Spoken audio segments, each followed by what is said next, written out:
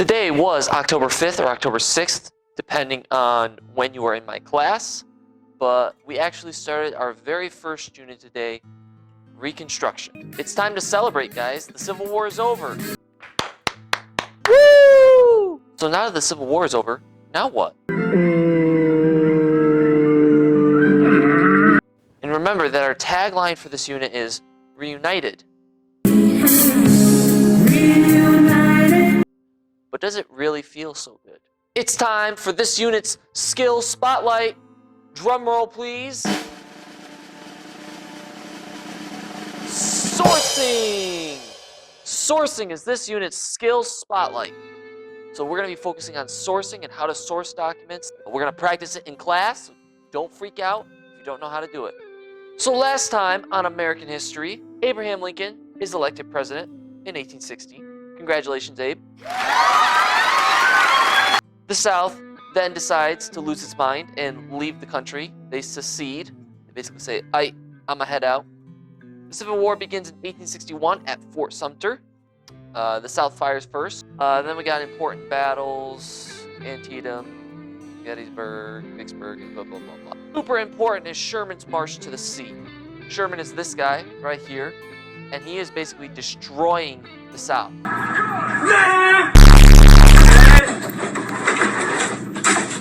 As he's marching from the west to the east. But as he's destroying the South, he's promising all these freed slaves 40 acres and a mule. And we questioned whether that was actually going to happen or not, whether the slaves were actually going to get 40 acres and a mule. The South, the Confederacy, loses and they surrender in 1865. And then not even a week after, Abraham Lincoln is shot. Andrew Johnson becomes president by default after Lincoln is assassinated. That is basically everything you should have talked about when you were in 7th grade. But probably because of COVID, a lot of this stuff kind of got lost in the mix of everything that happened last year, so it's okay if you don't really remember it. The main thing you really got to remember is that Field Order 15, 40 acres and a mule. Okay, guys, now the Civil War is over, we've got 3 problems we're going to have to deal with. 3. First is, what do we do about all these former slaves? These former slaves, they have no education, they have no formal job training other than picking cotton for most of them, and they also have no money and no resources. So what are we going to do about them? We also have to deal with those southern states. What are we going to do about all those southern states? That's our second big issue. Do we punish them? This time you've gone too far, Pity Proud. Not only are you forbidden from dancing in the halftime show, you're grounded indefinitely. Indefinitely? Do we just kind of slap them on the wrist, say don't do it again? What do we do? Should we be lenient so we can get the country back together? Or should we be harsh so that way they understand that slavery and what they did when they rebelled against us is wrong? And then finally, this is the bloodiest war in American history for a reason. 500,000 people are dead. Death and destruction are all around. I mean, Charleston looks like this. Like, come on. It's like burned to the ground. So those are the 3 issues we're dealing with. Former slaves, southern states, death and destruction. And it's really, this time period is really marked by that balance between helping former slaves and uniting the country. What should we focus on first? Now, Lincoln, before he died, he helped set up what's called the Freedmen's Bureau. And the Freedmen's Bureau is basically like the Salvation Army and a soup kitchen mixed together. It's to really provide those needs that those former slaves needed. So it was to provide education. In 1930, the Republican-controlled House of Representatives, in an effort to alleviate the effects of the, anyone? The Great Depression, passed the, anyone?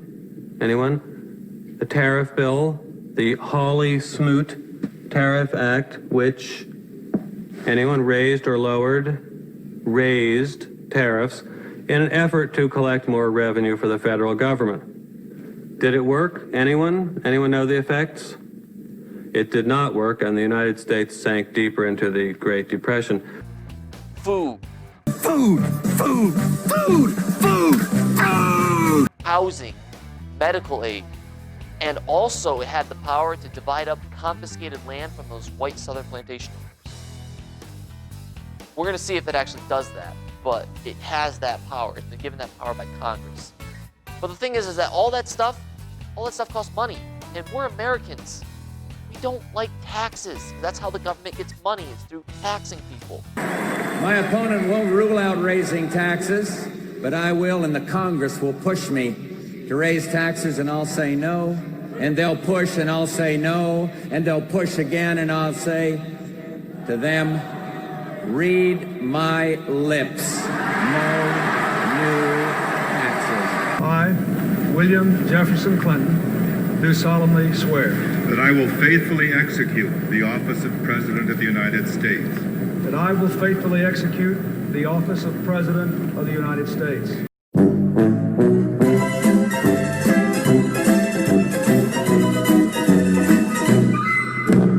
We don't like that. So the Bureau, this organization, it's severely understaffed and it's severely underfunded.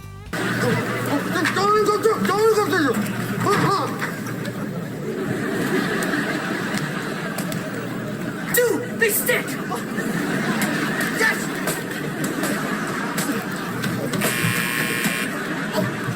Oh, she's coming back!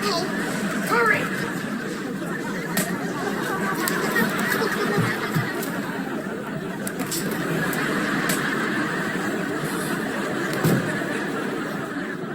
Excellent. You boys are doing a fine job. Speed it up a little!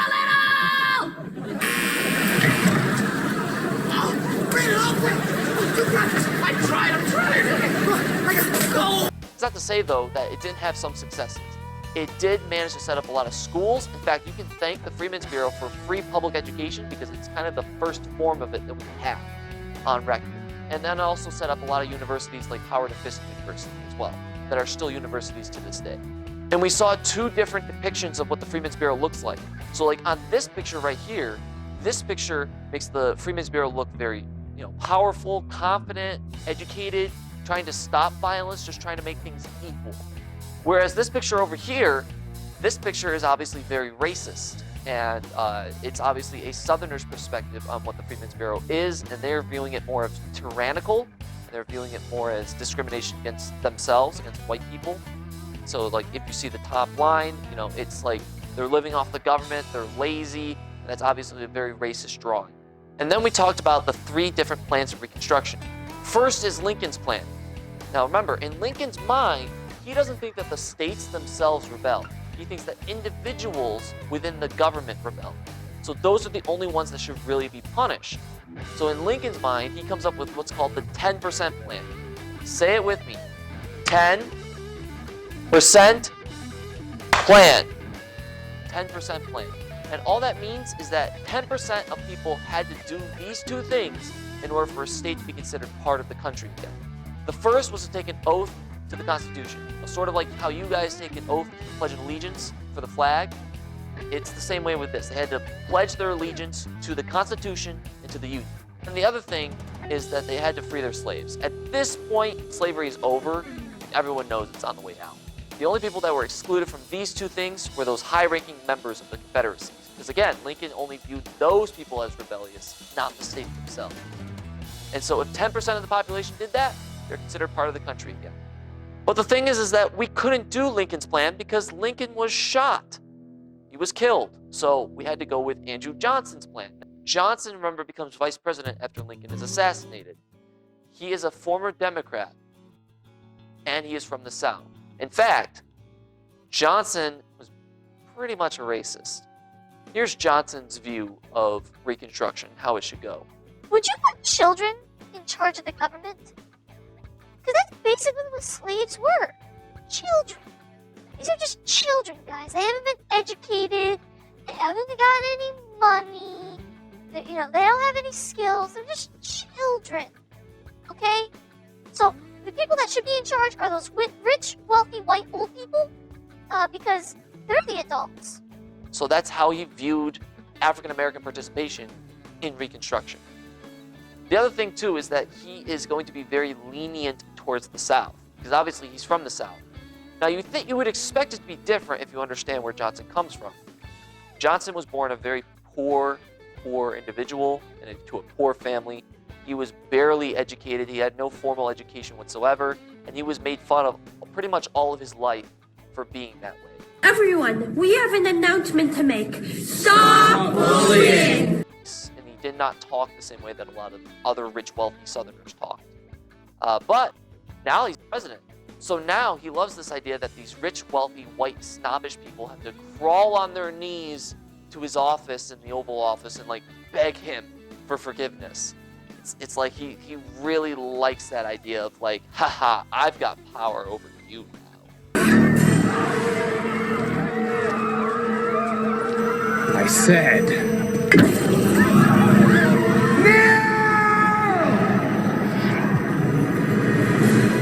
So that's basically what he does, is that he forgives anyone that shows up to his office and apologizes, basically, for the Civil War. So he's very lenient towards the South. He's like, don't do that again.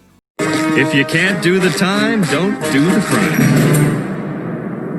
Okay, time's up. He did also require that they had to get rid of slavery with the 13th Amendment. The thing is, though, that Johnson allowed the southern states to make their own governments. So he's like, okay, go ahead, go set up your own governments. And so in fall/winter of 1865, when all of those southern governments come back to Congress and show up, Republicans are like outraged. They go like, because those people that are walking in from those Democrat-controlled southern states, all of those leaders were leaders of the Confederacy, including Alexander Stephens, this guy, who was the vice president of the Confederacy. Like, Republicans are like, Who won the war here?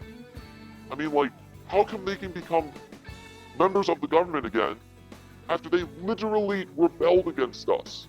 and so we have this 2-year period between 1865 and 1867 that's called presidential Reconstruction. And so that's Johnson's view of Reconstruction. And Johnson just basically sat back and said, all right, South, do whatever you want. And Republicans are like, We can't do this. We can't just let this happen. We got to do something about it. by the way, remember the Freedmen's Bureau, how they had the power to divide up all that confiscated land that they took away during the Civil War? Well, Johnson, by executive order, gave all that land back to those white Southern plantation owners. So even though when those slaves were still working the land after those wealthy white landowners left and ran away, they come back and they get their land and say, this is our land still. Sorry. And remember, Field Order 15 said 40 acres and a mule. So former slaves felt like they should have gotten the actual land that they had been working on for generations. But they didn't because of Johnson. And while the Freedmen's Bureau had the power to divide up that land, they didn't have the power to confiscate that land again once it was given. Now, the North is all Republican at this point. There might be a few Democrats here and there, but it's all pretty much Republican. The South is all Democrat. And so there's a small group of Republicans known as the Radical Republicans, led by Charles Sumner and Thaddeus Stevens. Thaddeus Stevens is the most radical of the Republicans. And these radical Republicans, they decide that the federal government has to step in. It has to get to doing something and not just let Johnson get away with all this. By the way, they did not let those Southern Democrats come back to Congress. They literally threw them out. Position, and Dort got called for a foul guard, and he got called for a technical too and ejected.